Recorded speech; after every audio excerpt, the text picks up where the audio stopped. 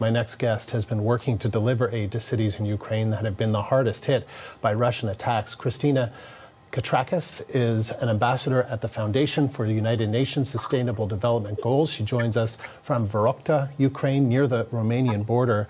Thank you, Christina, for taking the time. Can you tell us about your efforts to deliver aid to cities like Mariupol that have been completely cut off? It's the most horrible thing ever, you know, when you cannot actually help, and you hear the pleas every day. We have a hotline where people call us and write to us and ask for help, and whenever we can, we deliver, and we go to the hotspots where others fear to go. You know, our cars were shot in Kakhovka trying to deliver aid and trying to take people out of Kakhovka, and we have a hotline of drivers, simple Ukrainian people. You know, they're not military guys or any special forces that just volunteer to take people out. And they risk their lives going to places like that. But the scariest thing is when you can't help. You know, that's the scariest thing. Right now, for a number of days, the aid is still on its way to Mariupol. Yesterday, they were like 80 kilometers from it. They're moving really slowly, and they are still not getting to the city because it's totally blocked by Russian forces who are shooting civilians, bombing civilian houses, right and left. So it's a disastrous situation. Today, for example, my closest friend in Ukraine was trying to escape from Kiev region, from the place called Makariv, and they were traveling with like 10 cars, and the Russian soldiers just start shooting at the cars. She's left with a 1-year-old baby on her hand, and her husband was shot in the hip. So, and they're totally surrounded. She called me, and I can't help. And this is like the worst situation for ambassador and for the aid giver to be in. Yeah, I can't imagine. What are you hearing from people in places like Mariupol when they're asking for help? What are they asking for? You can't imagine. We have children, and in places like Mariupol, dying of dehydration. We're talking 2022. Heart of Europe, children dying of dehydration. There's no water, there's no food, there's no electricity, there's no heat.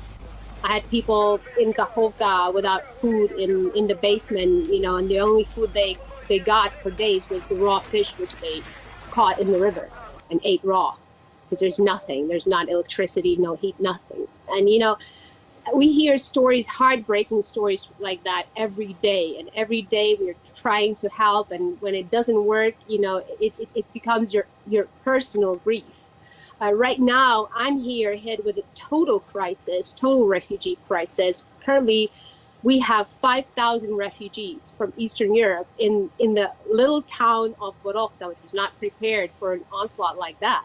And we're trying, you know, we house them in sanatoriums and resorts here that used to be ski resorts and healing resorts in peace times, and now they're flooded with babies and pregnant women from Eastern Europe, from Eastern Ukraine, sorry. And we have no food, we have no water, you know, and at night we have to shut the lights down. Sorry that's so dark, because of the light masking for aerial attacks. You know that we were hit here recently as well in Yavoriv and Lviv and Ivano-Frankivsk. So what is it like? So you're housing these many of these women and children in this town that just can't kind of house all these people, and you barely have enough food. How are they doing?